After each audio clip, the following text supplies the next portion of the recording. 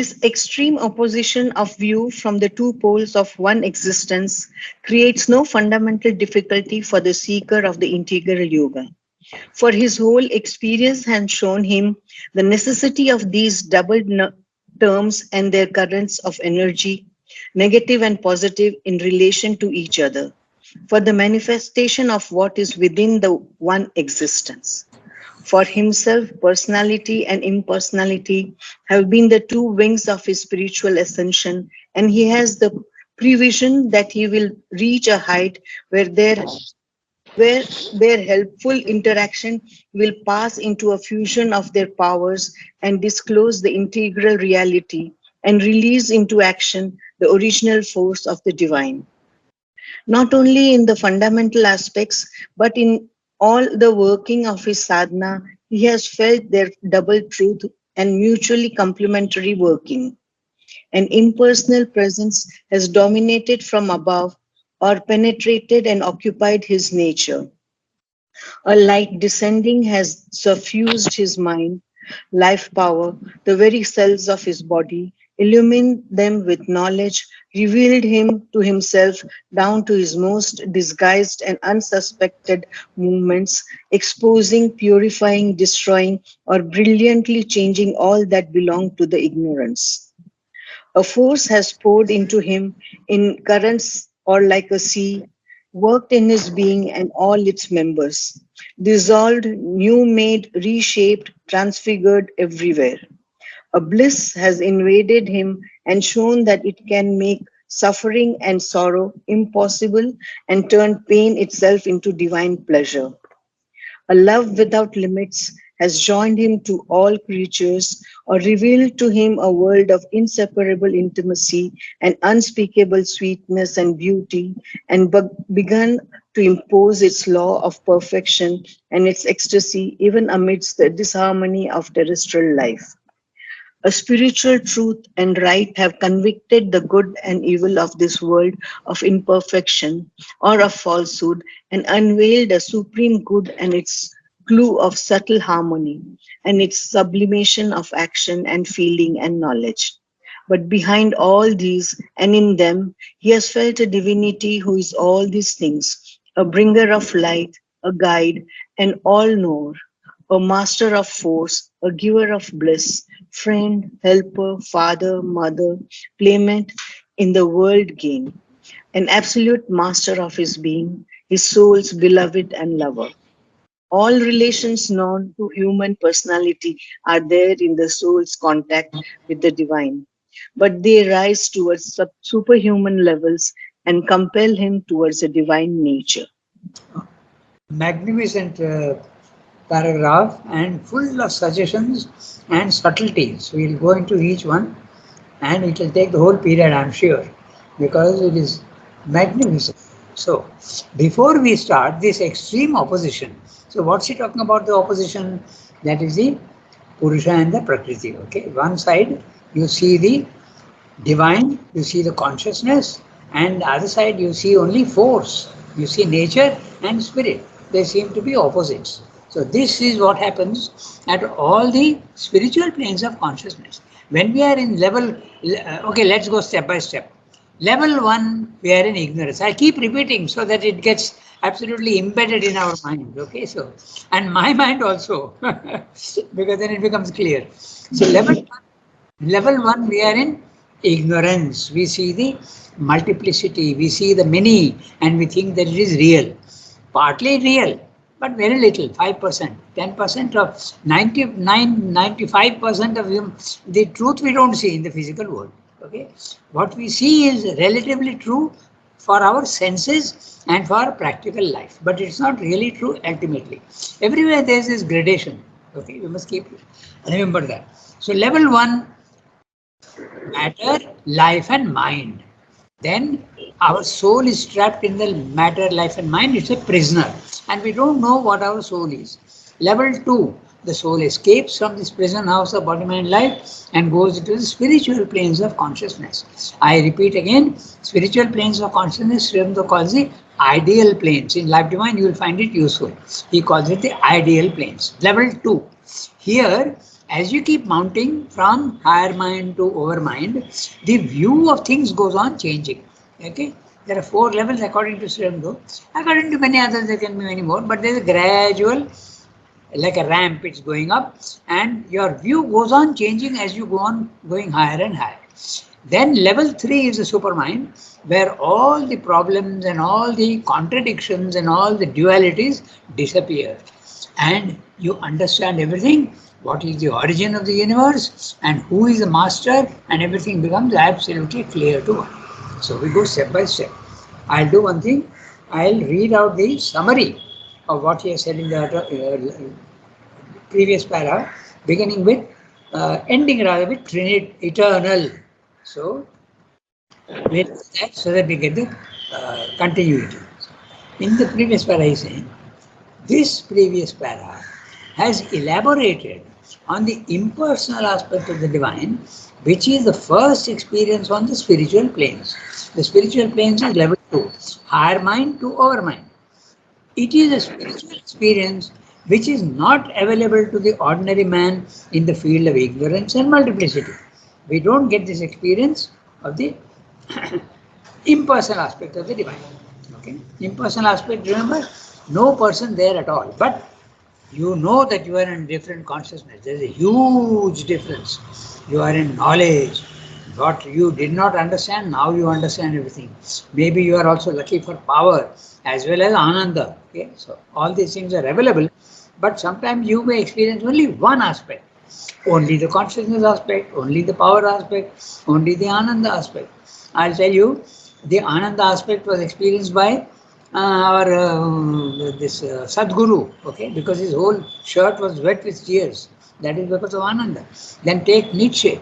Nietzsche had the aspect of power, and he exaggerated that to such an extent that it ended with the Nazi philosophy of the superiority of the Aryan race. So it depends on what you are experiencing. Okay. Now he's saying this impersonal experience, it is a spiritual experience which is not available to the ordinary man in the field of ignorance and multiplicity. But the common man, when he conceives of God, it is usually the personal aspect. We think of him as a king or a master or a father. Okay. There is a very interesting letter where Bridudi is saying to Sri Aurobindo that I will call you Baba. Okay. And Sri Aurobindo says, I have no objection to that.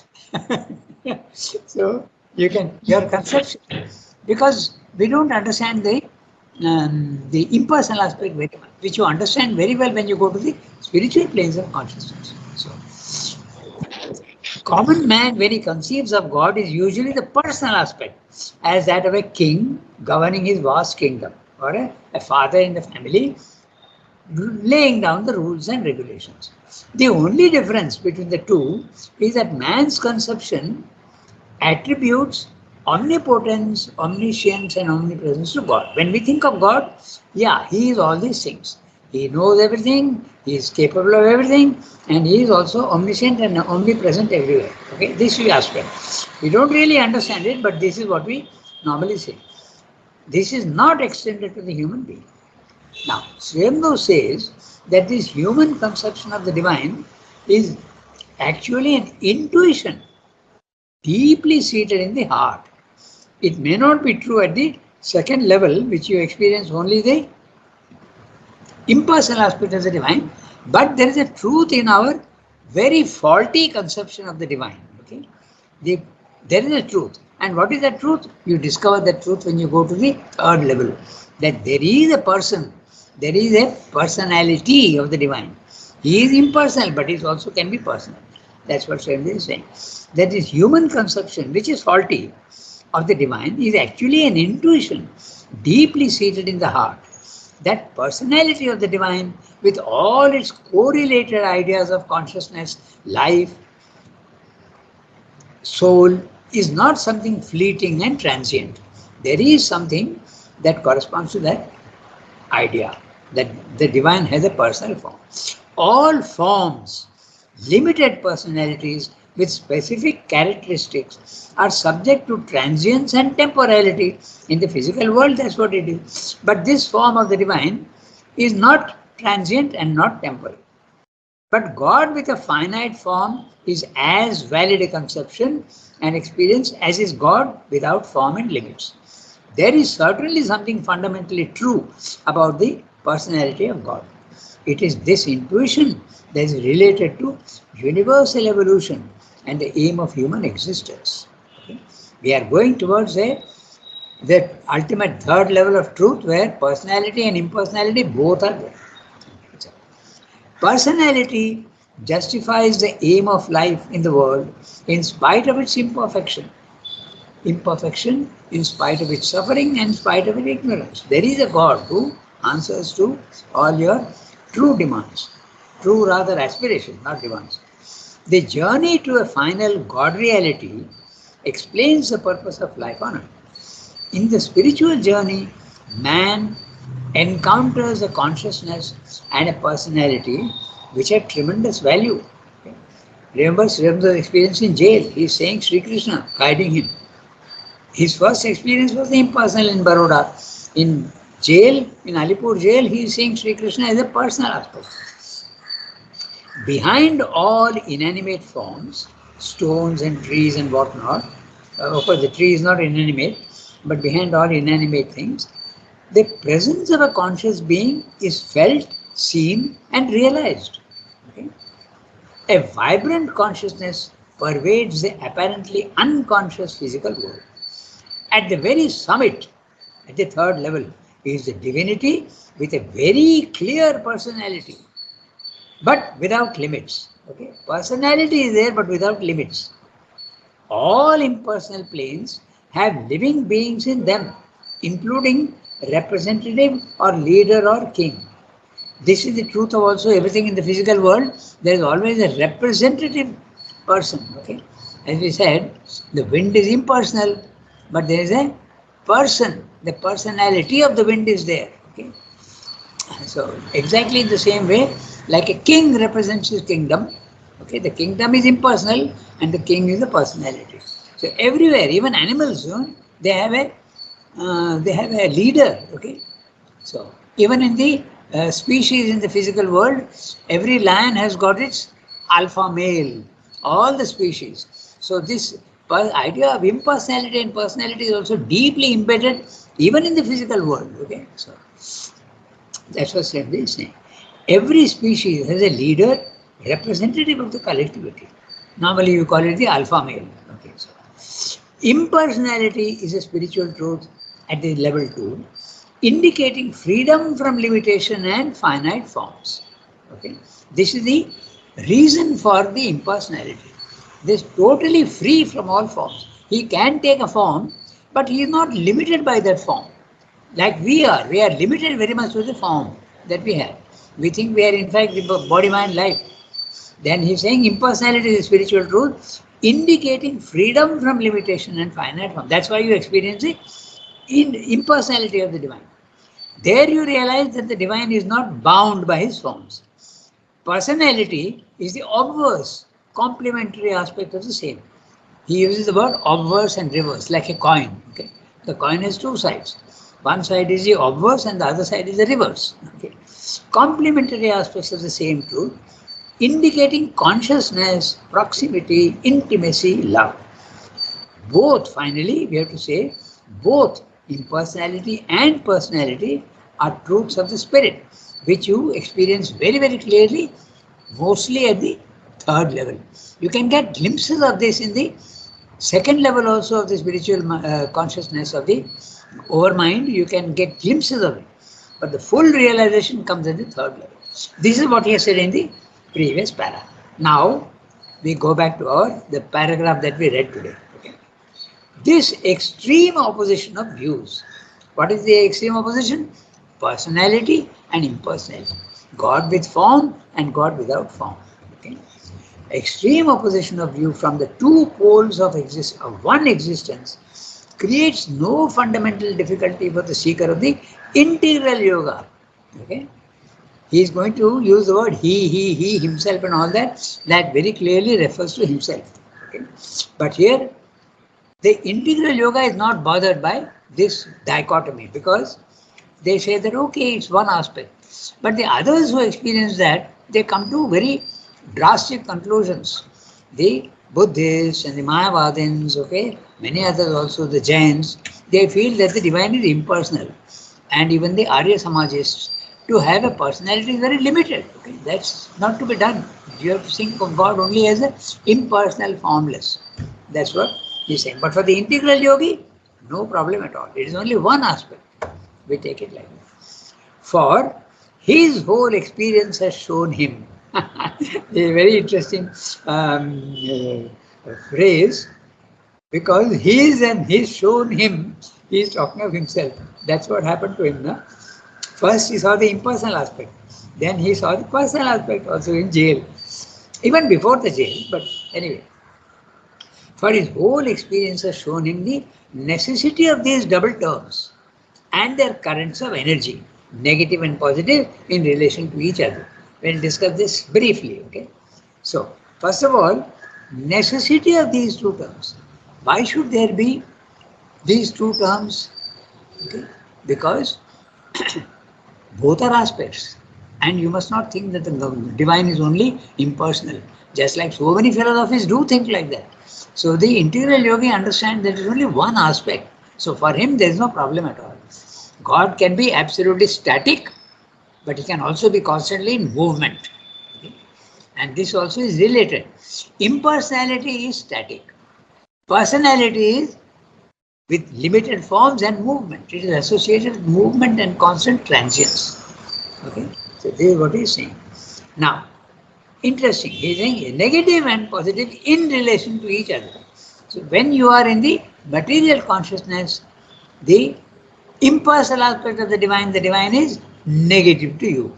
The materialist thinks there is nothing like God.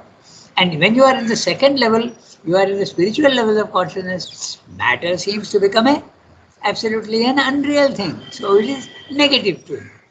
But when you rise higher and higher, the integral yogi realizes that these are only aspects. Both are true at different levels. Okay? So there is no absolute negativity like the materialistic thinking. There is no absolute negativity like the ascetic is thinking. They are relative to each other, depending at which level you are.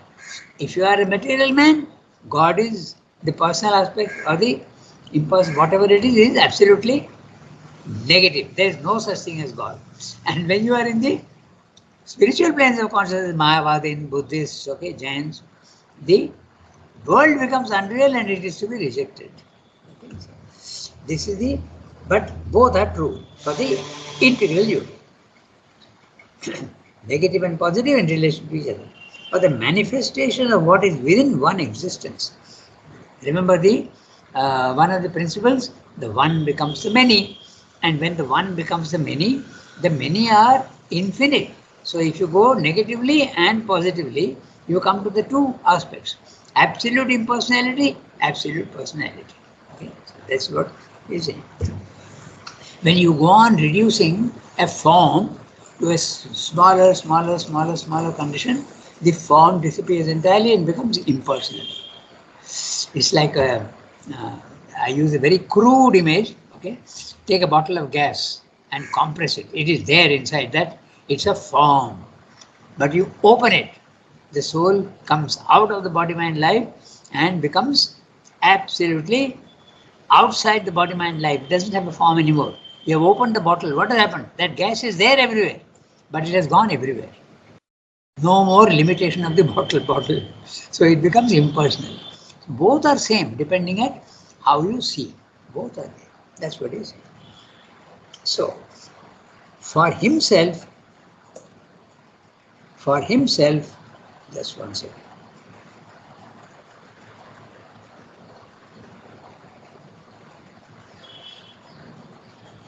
For himself, personality and impersonality have been the two wings of his spiritual ascension.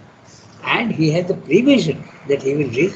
He is talking of the integral yoga, huh? So he is giving his own experience. All the others will not agree with this. Okay. For his whole experience is shown. For himself, personality and impersonality have been the two wings of his spiritual ascension. First he had the impersonality in Baroda, then personality later on when he came to Bengal and he was jailed. Okay.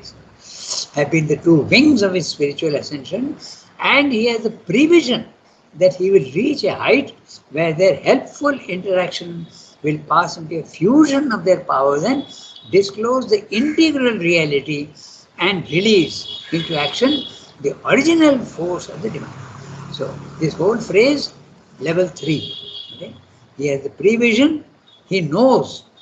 Even when he is in the spiritual place of consciousness, he knows that he has to reach a height where the both aspects, personal and impersonal, will fuse, will pass into a fusion of their powers and disclose the integral reality and release into action. Now, release into action, not only third level, but the third level is being released into action in the level 1. Okay? So, with that consciousness, you can act in the physical world with the full power of the third level, the original force of the divine.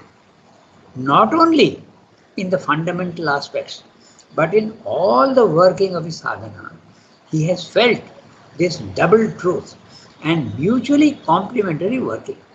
Okay? Consciousness and chit, impersonality and personality, they are constantly helping each other. He has felt their double truth. And what are the fundamental aspects? A gap he has put, okay? Chit, Shakti, Anand. Sat, Chit, Shakti, Anand. These are the fundamental aspects. So, Sat is substance, okay, which you experience in these spiritual planes of consciousness. Level 2, you experience the Sat. Okay? But fundamental aspects, Chit and Shakti and Ananda, all these are fundamental aspects. But in all the working of his sadhana, he has felt their double truth and mutually complementary working. An impersonal, now very interesting note, because those who have grown up in India, take Buddha's case or take others, they have remained stuck at the cultural background of India. Get rid of the world. Okay. So they have been conditioned by that. But what about Srinanda? He grew up in the West, the materialistic background. So that has also made him go to the ultimate. Okay, so it's interesting. Depending on where you are, also you are very much the outer being is conditioned by your environment, and this is so true. In whichever condition you are subject to those conditions. If you are, this is very interesting if you think about it carefully.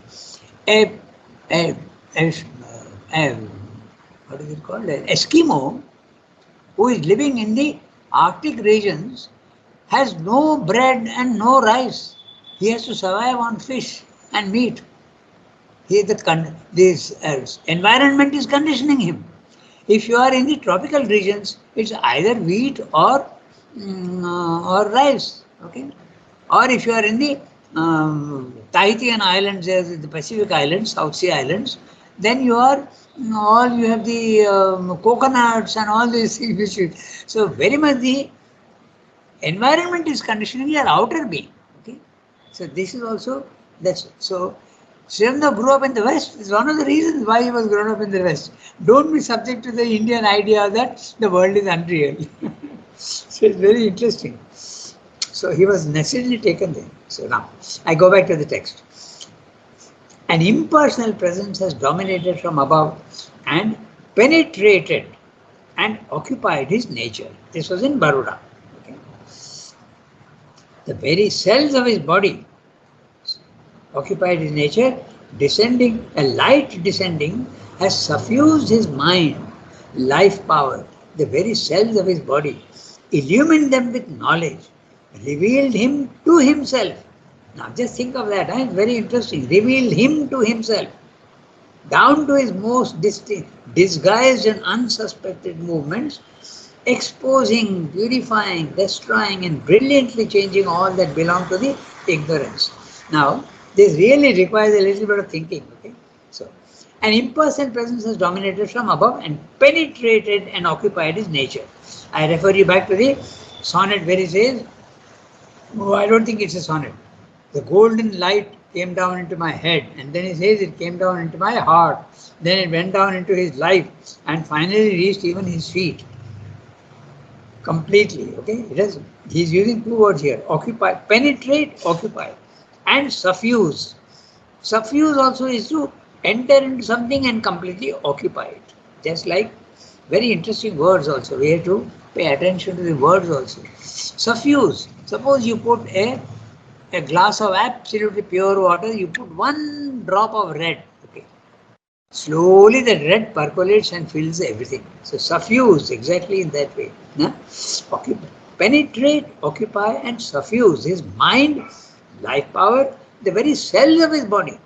Illumined them with knowledge, revealed him to himself. Now what does this mean? Revealed him to himself.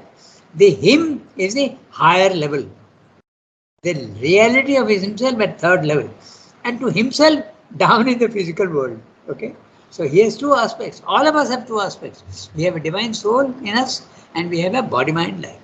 So this also, this, if you see it, he is explaining to you much more than what he is saying. Huh? There is him and there is himself. There is a him which is the truth, and to himself down in his most disguised. So the higher being, his own higher being, has told him what is there in the lower being. Okay, so this reveals him to himself, down to his most disguised and unsuspected movements, exposing, exposing. It shows you all the defects that you have, purifying, destroying, and brilliantly changing all that belong to the ignorance. The ignorance is the level 1. Okay, so the light comes down and changes all these things. He himself, it is not that God is something else and you are something else. You are God. So your God aspect is telling your body mind life aspect, go and do this and see what are the defects. This is a very interesting phrase. The more you think about it, it is so interesting. Him to himself. Okay. So reveal him to himself down to his most desire. Okay, I go to the next sentence. A force has poured into him in currents or like a sea. Now this is also interesting. Okay, he has said it can come like a current. Okay, or it can come like a sea. A vast oneness descends into him. Okay, this is very interesting because Ramakrishna also has described when power enters into you, our consciousness enters into you, what are the movements that you feel? Okay, Ramakrishna is a very interesting. He has explained this way. Uh, it can be very very mild, like an ant walking on your skin. Okay, it can be, you can feel that power, and you feel it like an ant walking on the skin. Okay? Or it can be like a snake slithering. Okay, it can be all these different types of things he has explained. So it can come in so many ways. So here Surendra is using only two. Currents or like a sea. Okay? That like a sea reminds you, in one sonnet he says, I have drunk Ananda like a giant's wine. A giant drinking wine is not a human being drinking wine. Okay? So there is a sea. Absolutely inundate you. Okay? Or it can be a current, slow, small something.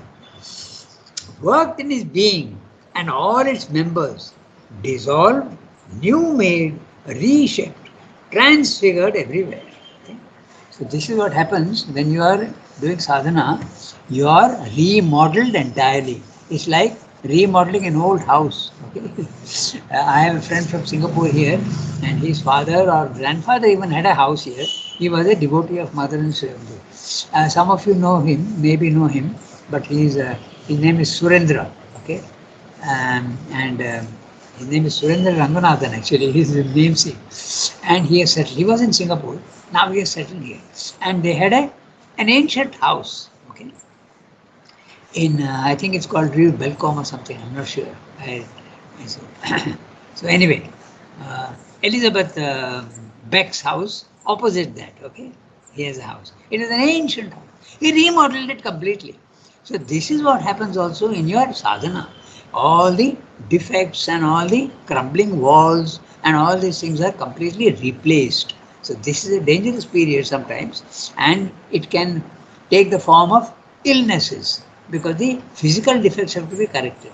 So it is quite common for yogis to enter into a period where there is some sort of illness. Okay, but you must not think of it as pure illness. You must think of it as a change occurring in you, a remodeling that is happening in you. Okay. I'm going a little beyond the text, but it's very interesting because he's using these words, no? Dissolve, new made, reshape, transfigured everywhere. The old is there, it is transfigured, it's not rejected, it is completely remodeled. That's what happens to everybody. It happened to Jiddu Krishnamurti, who called it the process. He was undergoing the process. It happened to Sadhguru. He almost died. Okay. And he became a wreck, absolutely. But he was remodeled and he is now fine. Okay. So, to a certain extent, it happened to Sriranga also and mother also. Once she was very not at all well. What then they called Tarun Banerjee. You know Tarun Banerjee? He used to play the tabla in the school. Some of you would know him. Yes, yes, I know. He was His, Devang teacher. his grandfather was a doctor and he was called, Sriramdu called him. And he came and saw mother and he told Sriramdu what was wrong with her. All the other doctors could not say. Okay, this is an article in Mother India, it's published long ago. Very interesting. And Sriramdu, once he knew the symptoms, he cured mother. Okay. So, in fact, again, once more he was called. So, this doctor, Dr. Babu, he was very much respected in the ashram.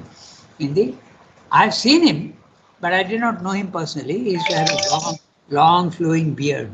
Okay, so a very interesting man. He was highly respected because twice he was called in. Mother called him once for Sriramdu, and Sriramdu called him once for mother. Okay. He was in the north, but he came and finally he settled here. Tarun Banerjee is a grandfather. Dr. Babu, they used to call him. So, this sort of thing, dissolving, new made, reshaped, transfigured everywhere. So, you have to give full value to these words. There is a complete, physically you are changed, okay, vitally you are changed, and you are mentally also there is change. Okay? So, I Dada, continue. I have a question. Tell me. Is this illness limited to this divine or the higher up only, or sometimes it happens with us also that some inner changes will bring us some type of illness, but we don't know. We think it is outer, but it is something inner which is changing. At our level also it happens. It can happen because the cause of everything is on this, in this higher plane of consciousness. The cause of everything. So it is very, very true in that sense, but it's not a yogic principle maybe, but the cause of Vivekananda has a very interesting law. He says that everything that happens at the physical level, the cause of it is in the vital level. And everything that is happening at the vital level, the cause is in the mental level.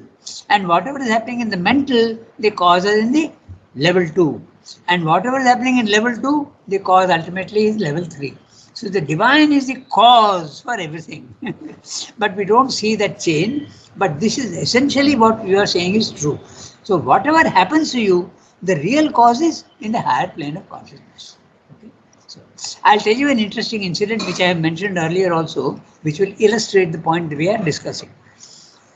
Temi Ben, okay, all of you who are there, definitely Pallavi and I think Yasmin also would know Temi Ben because she was a Parsi. Yes.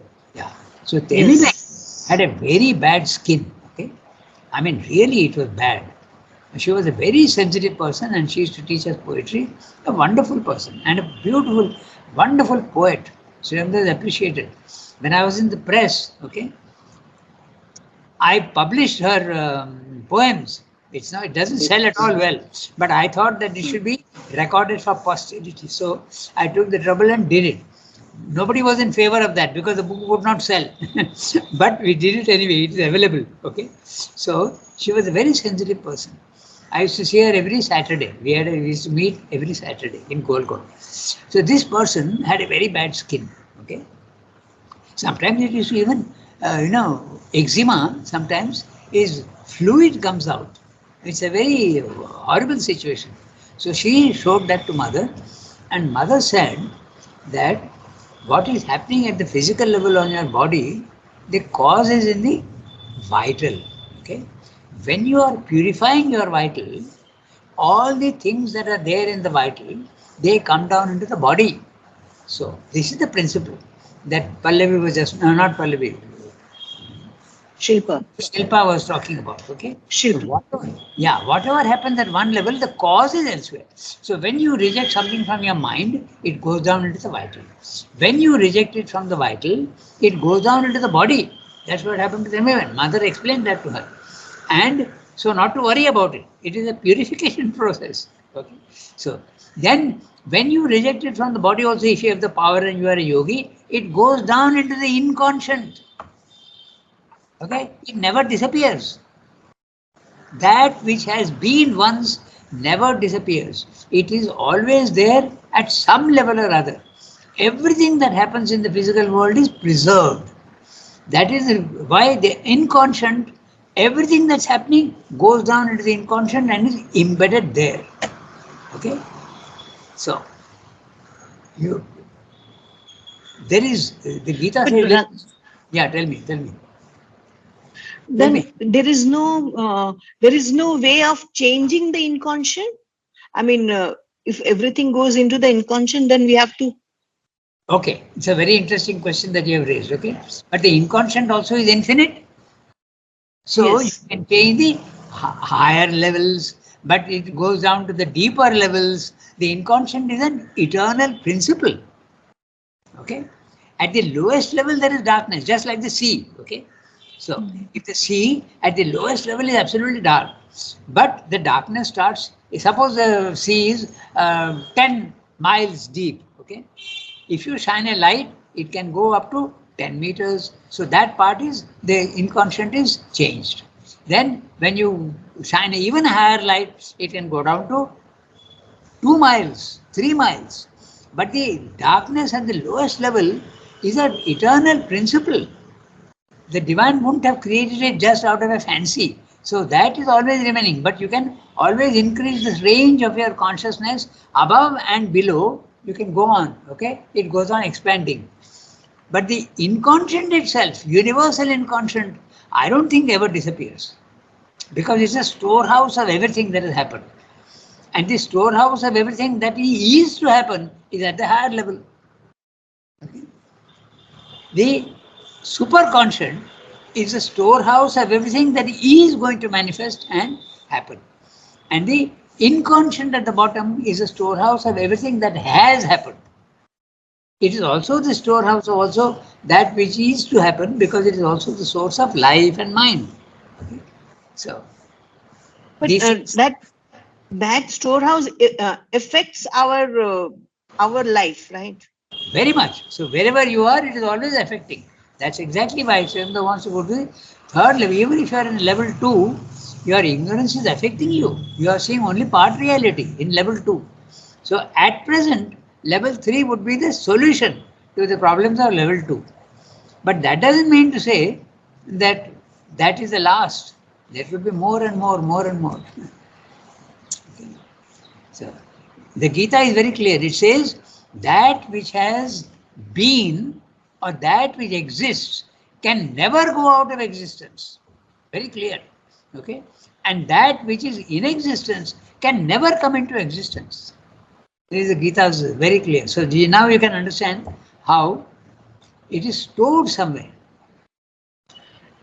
Yes, but Everything. Ranga, we are talking about transformation. So there is no transformation of the inconscient. Individual transformation of the inconscient in yourself, as I told you just now, 1 mile, 2 miles, 3 miles, 4 miles, 10 miles, 20 miles possible. But the lowest will always remain like that. Okay. Okay. But this should not discourage you, because when you transform even 1 centimeter, it is so magnificent, okay, that it is more than satisfying. So Okay. this truth one must realize, because the spirit and matter seem to be opposites. This is intentionally done. The divine is saying, I am light, but I am not limited by my light. I can also be darkness. And don't limit me. I can be absolute darkness also. That's the thing. Okay, so you have to see it in the right way. All right. So, May I say something about Temi Ben? yes, please do that. You know, she was so surrendered to the mother that whenever people from Bombay came and gave her money or things, she would take it immediately and give it to the mother. Yes. And they said, oh, where's the sense in giving her anything? Because she gives everything away to mother. And Temiben would say, "Okay, but then when I need anything, mother is there to give it to me. So why should I keep anything?" Exactly. And it was so beautiful, her surrender to the Divine Mother. Absolutely. She never wore any clothes. We never offered her any sari or anything because Yes. she would only wear what was given to her by prosperity. Yes, yes. Yeah. She was so devoted, she was a wonderful, wonderful person. Absolutely. I have no And doubt. she was so quiet and silent, Yeah. but inside you could appreciate like what a great soul she was. Yes, yes. Absolutely. No You doubt. know, she was a very good soul. Oh. And she never craved for any food or any such thing. And Yeah. people would, even I would go and give her so many things. And she says, oh, but there is no need, and her appetite, she would only eat one spoon of rice and her tummy was full. Yes. Because her stomach had totally contracted. Yeah. She just couldn't eat. Yeah, yeah. And it was a privilege to have known a soul like her. Absolutely. And And her brother uh, was Dr. Masalawala. He was an orthopedic surgeon and yes. he was our teacher Yeah. in Grant Medical College. But Yes. he was poles apart from his sister. Yes. That's right. Yeah. Masala Wala also used to come here. I remember. Okay. She was wonderful. And she had described to me her experiences. Okay. Once she felt that there was a fire coming out of her head. Okay. She would feel that. And Mota Kaka, who was to be in the Charupoto, who used to be in the head of the reception service, saw that in her. Okay? He actually saw that. And he told her, wow, you are looking like a yogini, he told her. She explained to me this experience that she had. She was very psychic, extremely psychic. Wonderful It was person. it was super, learning from her for future poetry. It was, she used to go to the depth of the each and every poet. It's so good. Absolutely. Very sensitive person. But see how when there is a purification taking place, okay, even the yogis can go through a period of great suffering. Okay, so in fact, this is a truth so deeply embedded, okay, that in Christianity you feel that you cannot go to the divine without suffering. This they go to that extent. Okay, unless you have suffering, you cannot go to the divine. Now, this is, I don't know if you know, but Saint Bernadette, okay, you have heard about her? She was 1870, 1860, something like that, okay? And she had a vision of the Mother Mary, the Divine Mother Mary, and she had no sorrow at all and no only happiness. And the other Christian sisters would not believe her. They would say that how can it be possible when you have no suffering? But she had absolutely no suffering at all. There was only Ananda in her. She died very young and it's a beautiful story. There is also a film on her, Saint Bernadette. Okay. So this is the so you may undergo, but Srendo says the sunlit path. If you bring the psychic forward, there is no suffering. The suffering will be there in the body mind life, which others commonly will interpret as suffering.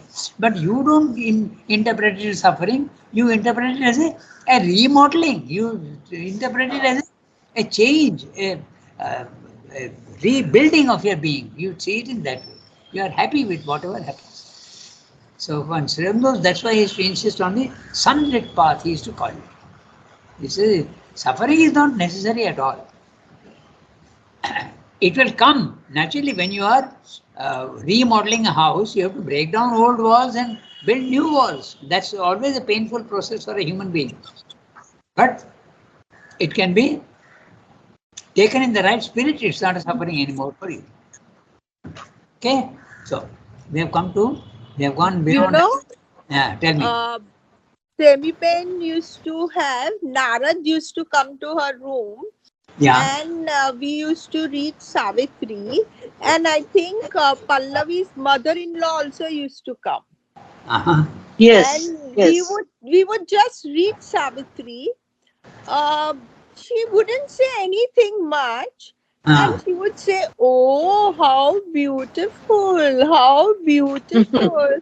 And after the class, they used to bring little snacks to eat so that we could feed Temi Ben. She would eat very little, and of course, we used to eat more. Yeah. And I don't know, Pallavi, if your mother in law, you must be knowing. She used to come. Yeah, I know. Even in Santor, they had the classes also. Yes, yes. In the evenings, Kusumben used to Yes, call her. I yes, mean, yes. once or twice I had attended because I was not living in Pondy. Hmm. But I did attend, and it was something very beautiful. Okay, so we have reached 8:40. I think we stop here today. Okay. So you see how very interesting paragraph. Okay, so each phrase and each word is so you can expand on that and see. So in those texts always every minor word also reveals a whole process of yoga. Okay, it's wonderful. A bliss has invaded him and shown that it can make suffering and sorrow impossible and turn pain itself into divine pleasure. And love without limits has joined him to all creatures and revealed to him a world of inseparable intimacy and unspeakable sweetness and beauty, and begun to impose its law of perfection and its ecstasy even amidst the disharmony of terrestrial life. A spiritual truth and right have convicted the good and evil of this world. Now we'll have to discuss this next time. We'll do that. Okay, Sunki, note. We'll do this sentence because it's very interesting. What does it mean by convict? A spiritual truth and right have convicted the good and evil of this world. So we have to discuss what is meant by convicted. Okay, so the good and evil of this world are false. It's a criminal to see it as opposites. That's what it means. When a judge convicts a prisoner, he's saying that you are wrong and you will be punished. So the good and evil that you see in the physical world is being convicted by the higher consciousness. There is no good and no evil. That's what is meant. Okay, or of falsehood, and unveil the supreme good and its clue of subtle harmony and its sublimation of action and feeling and knowledge. But behind all these and in them, he has felt a divinity. Even in all these things which are seen to be absolutely the opposite of the divine, there is a divinity hiding behind all these things. Who is all these things? And what's he? A bringer of light, a guide, all knower, a master of force, giver of bliss, friend, helper, father, mother, playmate in the world game. An absolute master of his being, his soul's beloved and lover. All relations known to human personality are there in the soul's contact with the divine. So this is also very interesting phrase. Every human relationship with another human can be applied to the divine. And through that also you can go to the highest, including even hatred and enmity. That's the interesting part. Okay? But they rise towards superhuman levels and compel him towards a divine nature. So next time we'll go to it's an integral knowledge. Sunki, note down in the chat. Yes. Okay. So, au revoir everybody. I've got almost 8. Thank you. Thank you, Rangata. Thank you, Rangata. Have a nice day. Bless you.